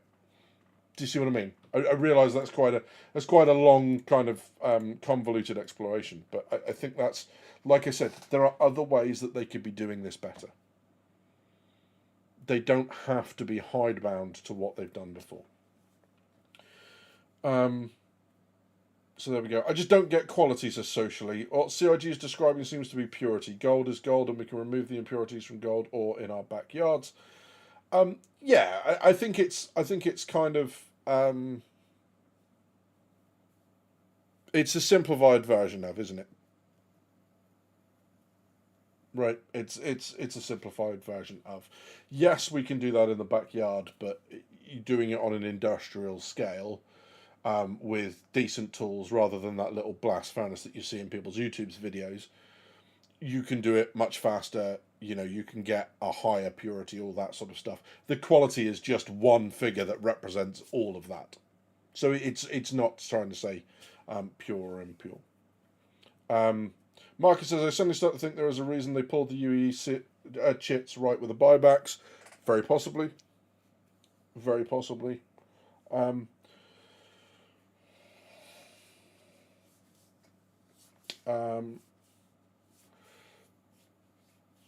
Not sure if I like the direction of going the system, to be honest. Yeah, that. I think it's worth considering that at the moment the requirements to craft anything is in CSCU. That makes finding a 900 plus resource to craft an item time consuming but possible. And that's something else that's worth bearing in mind as well, is that, we've been used to everything working in SCU before, not hundredths of an SCU. So yes, not being able to find huge quantities is not a problem when it comes to crafting your own gear. It becomes a problem when you're trying to do things on a production level, selling stuff to people. So there we go. They didn't grasp that it's the searching for things to mine. Sorry, I just read that. Blamsmith. That's boring, not the actual mining. That. 100% that. Sangram says, I still think we should be able to refine all materials and go up a single tier. If you have high rep with a faction refinery, you can go up 2 tiers but a higher cost. The problem is, what do we mean by tier in that example? Because what's a tier? Because there's 1,000 levels of quality, right? Does that just mean one quality up? Does that mean, 950 becomes a 951? Or is that in terms of the stat tiers on the weapons? Because even that, I think, is quite movable. Nuance and variety of options, and that's it. And I think that's the key with quality, is that quality then becomes, it's not a grade of quality from 1 to 1,000, 1 being crap, 1,000 being best. It's a grade of quality in that everything gives you bonuses. It's just different in bonuses, and then when you get to the upper end, the bonuses are higher, and that would be another way of doing it, but there you go. I see what they're trying to do by giving themselves 1,000 levels of quality. They're giving themselves a huge amount of latitude to develop this system. I think this is going to be one of those things where they will iterate on it so many times it will be stupid by the end of it. They'll go through it so many times because when you have 1,000 levels of something, there's so much room to change and do things and make it do something else, as well as everything else that it's doing. In theory, you have 1,000 different options, and then you have a ridiculous number of options because you don't just use one material to craft something. You use 2, 3, 4 materials to craft something. Later on, there's nothing that says, when you put a ship together and you put all the components in it and you put all the bits together, that there aren't 40, 50, 60 materials, each with 1,000 different quality levels going into that ship. That's a ridiculous level of variation that they're going to have to work on. And maybe doing that to 1,000 levels is too much. Who knew? Star Citizen biting off more than they can chew. You heard it here first, folks. It'd be a side grade, exactly that. And again, 500 to 750, recoil stability versus weapon damage, it gets better. So 501 is not as good as 749. So you have variation even within the levels, but just, then you're talking, there are 4 tiers effectively. Tier 1 does this, Tier 2 does this, Tier 3 does this, Tier 4 does this. Tier 1 is 0 to 250, 251 to 500, 501 to 750, and 751 to 1000, and then within each of those, they each change stats slightly differently, and then the quality is actually 250 levels. That would be another way of doing it. Because then, like we say, finding something of 249 is not, oh, this is rubbish. It's like, ooh, that's the best of tier A stuff. Right? And that all of a sudden then everything becomes worth mining, because and that already works in the systems that you've got, right? In terms of weapons have impact damage, recoil rate, RPM, all those different things that you can do with them. You've already got the stats that you can muck around with, but all of a sudden everything becomes useful. And all of a sudden it becomes, okay, what do you want? Well, I want a gun with higher RPM because I don't feel like my S71 fires quickly enough. Great, fine. Okay, let's get you that's 251 to 500. Do you guys see where I'm going with that, or am I just talking absolute shite? The latter is perfectly reasonable thing to say, but there we go. An industrial CR, we can make iron, any iron or good quality iron. You can, yep. But then what you then come up against is all the real world challenges that would really piss us off in a game. So there's that. Call it currently 10 tiers for each 100 level interview. Yeah, absolutely. Dave Wall says, I like buying ships items. They're in my hangar and they're mine unless there's a glitch, but they're mine forever, so registering and insuring. Yeah, not sure what that's in response to, but that's certainly something that's staying with crafting, I think.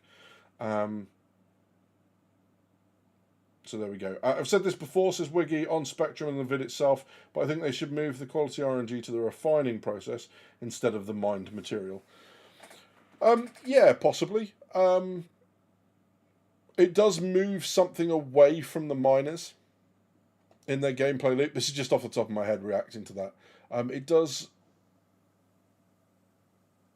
move part of the gameplay away from the miners and means that what they're doing is less involved. Is that a good thing or a bad thing? I don't know. I've only done a little bit of mining under this crafting system, just because I've found that even with things like rock cracker, the idea that I'm pulling after all that in rock cracker materials that are 200-300 quality out of the interior of that asteroid seems a little bit silly. Surely they should be the good stuff if that's the only place you can get them from. But I don't know. Maybe that's the opposite reason they should be that sort of stuff.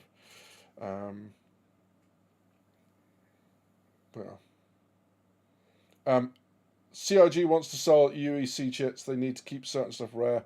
Well, I mean, they've removed it, right? They've removed the ability to buy in-game currency. So at the moment, clearly that's not what they want to be doing. Do they want to keep doing that? I mean, I doubt it. I think they'll have a look at that once they've got the economy balance, once we've got Star Sim or whatever it is that Quanta have been morphed into now. They'll probably want to look at that a little bit more closely. Like we've said before, the big thing with in-game money is the inverse relationship between time and expendable cash, right? Generally speaking, those people with loads of time on their hands have little cash because they're not out earning it. So if you're at home on job seekers, once you've done your job seeker stuff, that's it, right? You're at home, so you can play as much as you want. Conversely, the person who's working 16-hour days, earning a ridiculous amount of money, doesn't have the time to play because they're at work earning doing 16-hour days, earning a ridiculous amount of money.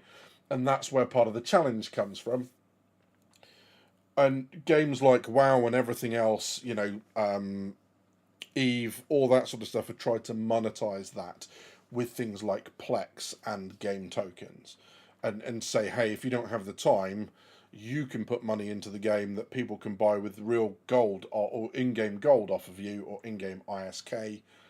So they get to keep playing because they're earning loads of money, and you get the money and trade your real-world money for it. Because gold farmers and UEC farmers and all that, you've only got to go onto eBay and look at how many people are selling UEC on there to see that there has always been a trade out there for real world money for in-game currency. The question is, do they want to bring that in-house, or do they want to try and find some way of stopping that happening at all, or do they just let it do what it's doing? And I don't know what the answer is for them. But there you go. In real life, there are high quality ores, etc. too. The quality is how much raw you have to refine to get the goods. And that's where I think that idea of what Jared said, what Deck said, that wasn't happening. The idea that you can have a high quality, for example, secondary ingredient in the refining process, and then what happens of that is that you get, the yield that you get is higher. So 1 SCU becomes, 0.2 SCU. But if you use a really high grade quality other one, you get 0.3 or 0.4 SCU out of it. And that would be another way to look at the qualities. And it doesn't have to be one or the other, right? You can do both. So your primary ingredients do that and your secondary ingredients do that. And maybe that is just the 1 to 1,000, 1,000 being better, 1 being dog pap. But yeah, there's a lot of ways that they can look at that. Again, I just don't want them to do this in a way that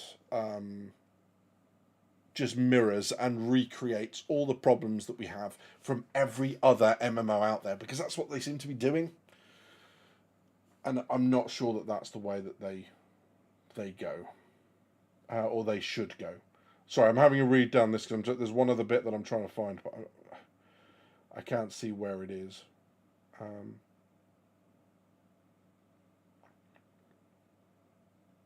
Is it that bit? It might be this player bit. trading is Oh, sorry. I've clicked on the wrong thing. Lol. Maybe it's this bit. Any news on that? Player trading, this is. Yes and no. It's something that's really important to me in particular. Like I got on stage at CCUs a couple of years ago and talked about how important I think the player-driven economy can be, especially now that we're finally getting crafting out. Like if you can't do player trading, it's not what I want it to be. So going to get there as fast as possible. We've got to balance it against some other things like social features and so forth. But what we want to do is give players a space in the world, taking advantage of the trade centers that we already have in locations where you can go there and you can take anything in your local inventory and put it on the local net and pick your price and sell it for what you want. Or what anybody else there that's done the same, you can buy their stuff and get what you need. So we have those actual in-world commercial centers. And then eventually we'll have player places, base building, where you can do that locally and build your own town. So I'm glad you mentioned social right there. That is the precursor to this. The work that Benoit and his team are doing on developing social tools, which I don't think anybody that's ever played Star Citizen for more than 5 minutes will argue is not incredibly important and incredibly needed. The work that they're doing on social lays the groundwork. It's a necessary foundation for then building player trading on top of that. Yeah. So one of the things that needs to happen here is secure trading. Is the ability of an in-game auction house where you put the items up for trade and they're held by the system, and then someone pays the money and the money is transferred to you, and the item is then available to them wherever it's available for pickup, right? And that sort of thing is really, really important. What's interesting about that is they have a couple of challenges. How do you control where the item goes? Because if it needs, with everything being physicalized, if you drop it off at somewhere, does it instantly become available to you anywhere? Is there a time delay? Does that affect whether or not people trade? They've got a lot of work to do here. What they need to avoid is what can happen at the minute, which is you go into someone's hangar as part of their party to trade with them, you transfer the money across, they kill you, kick you from the party, and keep the items. Because the worst outcome for the person doing the trading is to give you the item. Right? You give them, I mean, we've seen ridiculous amounts of stuff being traded for commodities, for example. So you have a commodity, let's say you find some 950 stuff and you go to trade it. and you do a ridiculous amount of money, and you get to that they come into your hangar to take it away. You lift it up, they inspect the crate and go, great, they send you the money across. The worst outcome now that you've got the money, is you let them leave with the stuff, right? Because you can keep it. If you let them take the stuff before they give you the money, the chances are they aren't going to give you the money. And yes, there's a lot of honesty in the game, and yes, people will do that themselves, but there's no way that the game can enforce that. And then it's like, well, hey, he transferred me money, and we were talking in Discord, which the game can't prove and the game can't track, and he was just giving me money because I said I needed it to get this, and it had nothing to do with a container. I don't know what he's talking about, blah, blah, blah, blah, blah. For trading to happen, yes, there's going to be the dodgy, edge of the world, Firefly-esque, dodgy deal in the desert where both sides have got, stood there on edge with guns, and there's a sniper in the hills somewhere to double cross. That stuff all has its place. It just can't be the norm. Especially not if you're going to rely so heavily on player-made stuff. So yeah, there's that. Some sort of escrow system, exactly. So, you go to the trade division and you open it up and you search through guns, and there's, just like any other store, except it's all player-made or player-sold stuff, and you find the gun that you want, and it's got the price there, and you go, yes, please, buy, and your credits transfer, and it becomes available at that location's freight elevator, or where, and that's the question, right? Where? So if you're selling it in Hearthstone, do I have to go to the Hearthstone Trade Development Division to get it? Or not? And if I don't, do I have to go there to pick it up or not? Is there a wait time while it gets delivered to where I am? Because you're not going to hand that over to players, because it's the same problem. You just sell a bunch of stuff on the auction house, do the delivery mission, and don't fucking hand it in, right? You can muck around with that a lot, and be very careful with it. So exactly that. I swam. Player trading needs to be convenient, or it will never happen in volume. 100%. So yeah. Yeah, something like that. Just some form of secure trading. There's the trading on stations in EVE. There needs to be something. But again, how do you deliver that product to to the buyer? Escrow is taxed. Free trade isn't, potentially. But again, the key part that I'm bringing up there, Jabba, is having it secure, is having it so that people can trade in confidence. And sure, that might mean tax, and you pay a commission to the trade development division, but it'll also turn those locations from rarely used locations for miners and stuff who need to go to the major landing zones to sell, to massive community hubs. And then you can, because everyone goes there to buy stuff, and everyone goes there to get what they need to get. And then you're talking about, going to, I don't know, wherever, right? Maybe the bars become major mission centers, right? So that's where you go to pick up some contracts. There are people in there, representatives, that sort of stuff. How else do you make the bar something really, really useful? There's a reason to go to the trade district already. There's a reason to go to the hospital already. There will be a reason to go to the trade development divisions, because they are the auction houses, or the trade hubs. There needs to be a reason, maybe not needs to be, but it would be cool if there was a reason to go to the bar and kind of socialise there as well. I think that works. Yeah, exactly. I see what you mean, Java. So yeah, so if you want to go and trade stuff that's illegal, or you want to do it not under the eyes of the Empire, then doing it outside of the trade divisions is a good idea, or is one option. The downside to that being that you can be double crossed. 100%, exactly that. Yeah, so that was quite an interesting thing to see, and I'm just having a look through and seeing if I can find. There's one other bit that I want to raise, but I can't remember what the wording is. So if I can't find it, then oh, there we go. That's what we wanted to talk about. This bit of gear degrading over time and only having a limited amount of repairs until it is no longer usable. How do you ensure this game does not become a maintenance simulator? And I'm gonna go get a drink. Yeah. Take your time. So it's something that I think we brought up in different conversations several times at this point. So we talked about that when we talked about engineering. I think we talked about that even last time when I think Elliot and I were sitting here. So degradation is, or every system that we do is never meant to like annoy people. We want players. That's kind of useful. Pleased with that. I think someone was reading it as like every 2 hours in another game I have to repair, and like if that's not Tarkov, I'll eat my hat. No, I won't. Shut up, widget. Stop it. Stop it.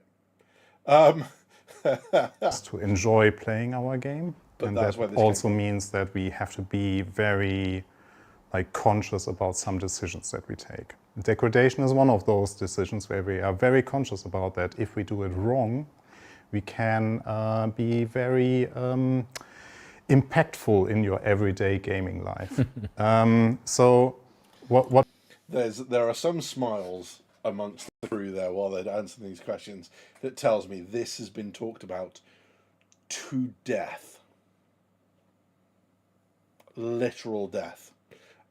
Because there's smiles and all that sort of stuff when he says certain things. Just interesting. we do here is that we still want degradation to play a big part in our game because it's a way of us having you exchange components, taking care of components, taking care of your equipment so that they degrade slower and the functionality is reduced in a slower rate than normally they would be. Jabba, it's not happening. But we also want to make sure that there is a floating economy. And like in real life, at some point, the laptop that you own will not be as performant anymore as it is right now. So Too late. it's thanks to capitalism, you want to buy a new one because you need a faster PC. And we need a similar system in our game because we need a thriving economy, and a thriving economy you get by people buying things. And in our case, one of the levers that we have there is actually the degradation, because it is like the degradation impacts the functionality. So the older your item gets, the less functionality it will have. And this is really interesting because it sets the tone for so much, right? And they're building. Yes, they always say, don't they? We're going to build for the game for how it is now. We're going to make it fun now. But they've also got to look ahead, because what they can't do is afford to get to the point where they're getting to what they want the game to be years down the line and realise that they've got to rip an entire system out and start again because it's no longer fit for what they always said they wanted to do.